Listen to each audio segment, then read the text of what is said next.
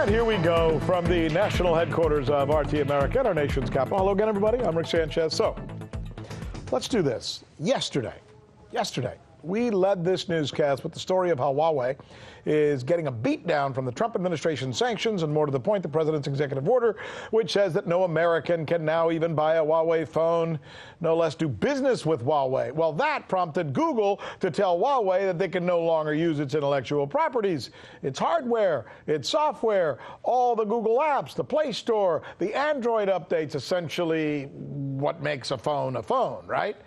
So if they have to try and sell phones without Gmail, without YouTube, without Google Maps, nobody's going to buy them. So how are they going to survive in 90 days when this thing goes into effect, this punishment from Google? They're going to be hurting. But business is business, right? It's about survival of the fittest, right? It's about the bottom line, right? It's about sink or swim. Nobody gets a handout, and certainly the Chinese government should not step in and help them or bail them out. And if they do, it only proves that they're not a free and fair market economy. They're like socialists or something.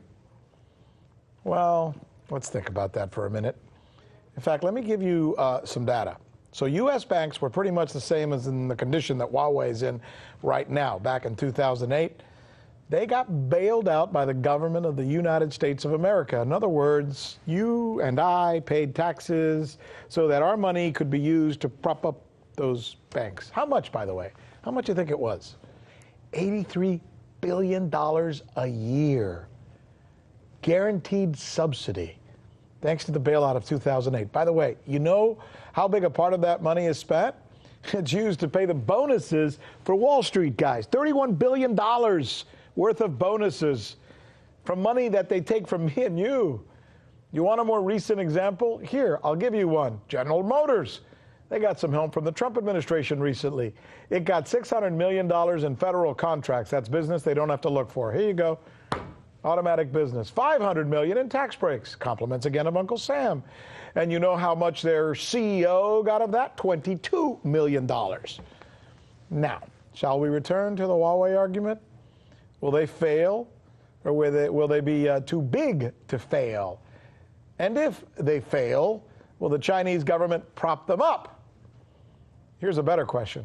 Are we really in any position to criticize them and accuse them of market manipulation or worse, of being socialists? If they do, isn't that what we did? It's the news with Rick Sanchez, where we believe it is time to do news again, actually. Okay. Let's do this. We're going to begin tonight with a question about what China will do and how it will affect you. My old friend and colleague Bart Chilton always used to say something about China. He says that China makes decisions for tomorrow, for the long term, and they don't show their hand. We, on the other hand, make decisions for today, short-term political expediency, and we tend to brag about it while we're doing it. Well, if that's the case, will Xi Jinping wait Trump out for the next 2 years, while U.S. companies possibly suffer the consequences? And in the process, will they bail Huawei out? Will China step in and bail China out? Well, it's the same way that we bailed out many companies here. Joining us now is Christy Ai, who you see on the air hosting Boom Bust, and she's good enough to join us. So how about it? First of all, let's go to the Huawei getting bailed out issue. Mm-hmm. Will Huawei get bailed out, you think? They are the largest telecom equipment provider in the world right now. So if you take that into respect, they are in fact too big to fail. They are the second largest phone maker in the world. So those are just staggering numbers to begin with.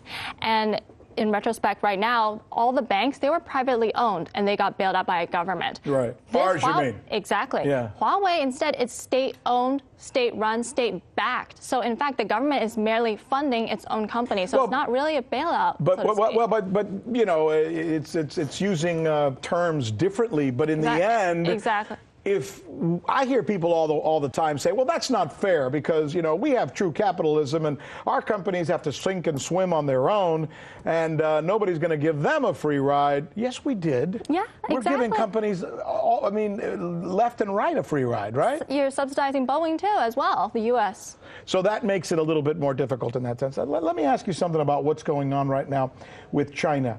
I'm wondering if Xi Jinping would be smart or might he wait it out for 2 years and possibly then hope that the economy of the United States has affected Trump's candidacy so he can't be elected president, and then he'll deal with the next person who comes around? I think that probably is his plan, because China's main strategy is it plays the long game. So as he said today, that China should prepare for the long march. He's referring back to 1934, the communists, when the Red Army actually retreated for one whole year. They strategically retreated for 1 year, marched 9,000 kilometers all throughout China in order to outflank the KMT army. So that's what they did, to retreat for 1 whole year. So that's why they're not afraid to play the long game. And in the meantime, China is saying that they have other tactics to try to outweigh and outcompete. What? Like what? What could they do that could truly affect our tech market that we don't know about? Well, President Xi Jinping was actually in Jiangxi today, and he had a very public appearance at a rare earth minerals mine.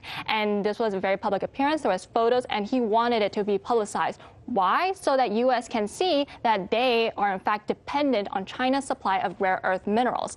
China accounts for 90% of all exports in the world. U.S. consumes 80% of all of China's imports. Would you mind just stopping and explaining to our viewers what rare earth minerals are and why they're an important component of our tech industry? They are essentially minerals that are used in all the electronics that you see, ranging from telecom to solar to wind power to your Tesla car and your mobile device, computers. It powers everything. Wow. So essentially what China's saying, that you are dependent on these rare earth mineral exports. So if we decide to cut those exports to you, your tech industry will hurt. Wow. A lot. Hurt a lot, yeah. It can stagnate development. So yes, they'll probably bail out Huawei, even though you say it's unfair to use the term bailout.